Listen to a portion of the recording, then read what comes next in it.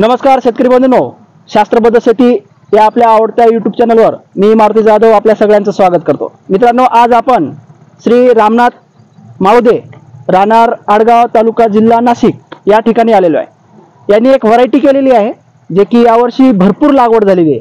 ती व्हरायटी म्हणजे 15-17 जी 15-17 ही व्हरायटी आहे। याबद्दल अनेक प्रतिक्रिया यावर्षी आपल्याला मिळत आहे, तर त्या अनुषंगाने आज आपण आडगाव येथे आलेलो आहे। मी रामनाथ निवृत्ती माळुदे राहणार आडगाव। काका, एक सांगा की तुमच्या आडगाव शहरामध्ये या वर्षी जे काही लागवड झालेली आहे, आपण टक्केवारीमध्ये जर म्हटलं तर 15-17 ची किती टक्के लागवड असेल? 30-40% लागवड। 30-40% लागवड म्हणजे यावर्षी भरपूर लागवड आहे, क्रेज आहे। बरोबर बरोबर, 15-17 ची क्रेज आहे यावर्षी। हो हो। आणि तुमचे जे मित्र परिवार आहे त्यांनी लागवड केलेली आहे, त्यांचे 1-2 खुडे झालेले असे शेतकरी जे आहेत त्यांच्याकडून तुम्ही काही ऐकलंय काय, असं काही समस्या येत आहे म्हणून? ऐकलं ना, काय समस्या? त्यांच्याकडे ऐकलंय का क्रॅकिंग येते त्यांच्याकडे? अच्छा। काहींचं म्हणणं असं झालं का आमची 4 फुटाची सरी आहे, त्यात दाटी झाली। अच्छा। आणि त्याच्यामुळे मग पाला पावसात खराब झाला, त्याला करपा आला पाल्यावरती। अच्छा अच्छा अच्छा।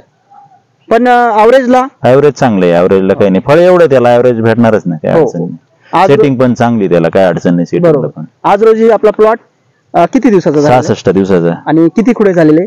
एकच खुडा झाला, पहिलाच आज झाला। तुम्हाला काही अडचण तर आतापर्यंत तर नाही अडचण आली, इकडून काय होईल ते, इकडून पुढे काय अडचण येईल ते बघू आपण आता त्याचं। आपल्याकडे किती क्षेत्र आहे टोटल?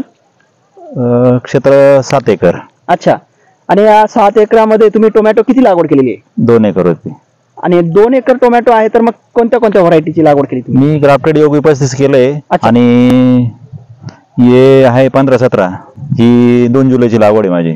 अच्छा। तर 15-17 बद्दल तुमची आतापर्यंतची काही जर्नी आहे ते कशा पद्धतीने झालेली आहे, त्यामध्ये तुम्ही सेटिंग बद्दल, फुटव्याबद्दल आणि प्लॉट बद्दल थोडक्यात माहिती सांगा। सेटिंग फुटवा चांगला आहे आतापर्यंत तर मला काही अडचण आली असं काही नाही। हो हो, चांगली व्हरायटी, फुटवा पण चांगला आहे तिला। अच्छा। आणि सेटिंग पण चांगली आहे। हो हो, काय आतापर्यंत अडचण आली नाही। जे वरच्या फुलांना आता अडचण येते, पण वरचे फुलं आता खाली माल त्याला भरपूर लागलाय, त्याच्यामुळे वरची फुलं सेटिंग होत नाही। झाले तर 2-3 पंजा, एका पंजात 2-3 फुलं होत आहे। अच्छा, म्हणजे गुड फळ भरपूर आहे, म्हणजे 90 पर्यंत फळ आहे आज। अच्छा। 90 फळांपर्यंत, सरासरी 80 फळ आहे, 60 ते 90 पर्यंत फळ आहे, असं सरासरी ऍव्हरेज 70-80-85 फळ। अच्छा आहे आज, त्याला काय अडचण वगैरे काही अडचण नाही। फुगवण पण चांगली, त्याला फुगवण सध्या काहीच दिलं नाही। आणि किती खुडे झालेले तुमचे? आता आज पहिलाच खुडा झाला। पहिला खुडा झाला। पहिल्या खुडामध्ये जे काही फळाची क्वालिटी आहे ती कशी होती? चांगली होती, काय अडचण नाही। थोडं पहिल्या फळाला आहे थोडं स्क्रॅच येणार, 1-2 खुडे येणारच ते। अच्छा, म्हणजे कुठली व्हरायटी असं 1-2 याच्यात येतच ते। उलटय बॉस, उलटय, हा थोडं स्क्रॅचेस पडतात। आता पाऊस एवढा होता त्याच्यामुळे थोडे स्क्रॅचेस येणारच। अच्छा, म्हणजे पहिल्या खुड्याला तुम्हाला काही स्क्रॅचिंग उलण्याची समस्या जाणवली? हो, 3 जाळ्यांमध्ये माझे 1-2-3 किलो स्क्रॅचेस निघाले ते। म्हणजे काही मोठी समस्या नाही, मोठी समस्या नाही। आणि ते होणारच, एवढा पाऊस आहे समजा, आता एवढा पाऊस होता त्या बरोबर। कोणती व्हरायटी असते ते थोडंफार होणारच ते। अच्छा अच्छा अच्छा। मग आता जे तुमचा प्लॉट आहे 66 दिवसाचा पहिला खुडा झालेला आहे, पत्ती वगैरे सगळी टिकलेली आहे? पत्ती एकदम चांगली, म्हणजे बुडातलं पान सुद्धा चांगलं आहे आतापर्यंत। अच्छा अच्छा। म्हणजे एखाद्या अर्ध्या झाडावर थोडा गेरवा आहे, पण तो तर येणारच आता। 60-65 दिवसाचा प्लॉट आहे, वातावरण एवढं खराब आहे, बरोबर, पाऊस एवढा होता, त्याच्यामुळे थोडंफार होत आहे, ते होणारच ते। हे बघा, तुम्ही बघू शकता, मी सिंगल सरी लागवड केली, 2 फुटावरती झाड आहे, 5 बाय 2 वर अशी लागवड केली आहे। बांधताना 2 बाजूला बांधलंय, 2 तारे ओढले मी त्यासाठी, का पावसात जास्त गच्च होतं, मध्ये पावडर घुसत नाही आणि करपा पण येत नाही। तर बांधताना 2 बाजूला एकच झाड आहे, पण बांधताना मी 2 ठिकाणी बांधले, 2 तारे ओढल्या त्याला, दोन्ही बाजूला, ज्या बाजूच्या फांट्या त्याच बाजूला बांधले, जवळजवळ बांधल्या नाही। असं दोन्ही फांट्या एक तार जर असली तर दोन्ही बाजू आपण एक ठिकाणी बांधतो, आतमध्ये दाटी होऊन जाते, आतला पाला लवकर खराब होतो, त्याला पावडर पोहोचत नाही आपल्याकडनं, त्यासाठी मी बांधताना 2 बाजूला बांधलंय। त्याच्यामुळे काय झालंय, खालचं तळातला पायाला सुद्धा पावडर गेली, आतमध्ये सुद्धा पावडर गेली, त्याच्यामुळं पान खराब झालं नाही, करपा पण आला नाही त्याच्यावरती। आणि जास्त पाऊस असल्यावर मी डस्टिंग करतो, कॉपर डस्ट म्हणा, त्याच्यामध्ये तालकम पावडर घेऊन, अँट्राकॉल, असं जास्त पाऊस चालला तर पावडर मारायला चान्स नाही भेटला तर मग मी ते डस्टिंगचा प्रयोग करतो। त्याच्यामुळं माझा पाला पण खराब नाही झाला आतापर्यंत, काहीच नाही।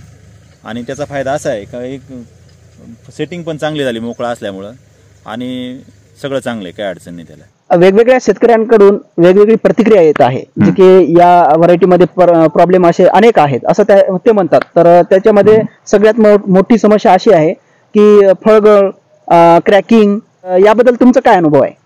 माझं तर असं मत आहे आता फळगळ तर माझ्याकडे बिलकुल नाही झाली आतापर्यंत तर नाही झाली, म्हणजे मला दिसत नाही. हो. म्हणजे असं बांधताना फळं गळाले बरोबर. किंवा मग पावडर मारताना टाका लागला तर फळं गळालं असं काही माझ्याकडे अजून दिसलं नाही. हो हो. मग आता त्यांच्याकडे कसं प्रॉब्लेम आहे ते त्यांचं काम, मग आता समजा काय त्यांच्याकडे नेमकी काय अडचण आहे, त्यांनी झाडाची कॅल्शियम लेवल त्यांनी कशी ठेवली आहे बरोबर ट्रॅकिंगला ते पण महत्वाचं आहे. तुम्ही कॅल्शियम किती दिलं, कसं दिलं. बरोबर. तुमच्या शिवारामध्ये कॅल्शियम बोरॉनचे स्प्रे झाले का नाही त्यांचे, ते पण त्यांनी केलं पाहिजे. ते स्प्रे गेले पाहिजे कॅल्शियम. ते कॅल्शियम लेवल जर चांगल्या मालाला सकाळी पण चांगली राहते, काही नंतर पण अडचण येते नाही. बरोबर. समजा कॅल्शियम गेलंच नाही तुमचं तर मग ते थोडस पावसात अडचण येणारच नाही. बरोबर. आता बऱ्याच जणांचं म्हणणं असं क्रॅक जास्त होऊ राहिलं. अच्छा. क्रॅकिंग जास्त येत आहे ऐकायला आलं असं. आणि एक दोन मित्र आहे आमचे त्यांच्याकडे त्यांचं म्हणणं असं आहे की थोडस तिरंगा पण आलं, पण तिरंग्याचं याचं तसं काही हे नाही. तिरंगा समजा तुमचा आता बाकीचे डोस कसे गेले काय गेले समजा, बरोबर. त्या हिशोबावर तिरंगा आता माझ्याकडे तर काय आज पाहिला खोडा झाला, एक पण टोमॅटो तिरंगाचा नाही निघाला. बरोबर. तुमच्या शिवारामध्ये जास्त लागवड झाल्यामुळे तुम्हाला ऐकायला पण मिळत आहे. आणि दुसरी गोष्ट म्हणजे त्यांचे खुडे पण जास्त झाले, खुडे पण जास्त झाले, त्याच्यामुळे त्यांची प्रतिक्रिया अशी आहे की क्रॅकिंग जात आहे.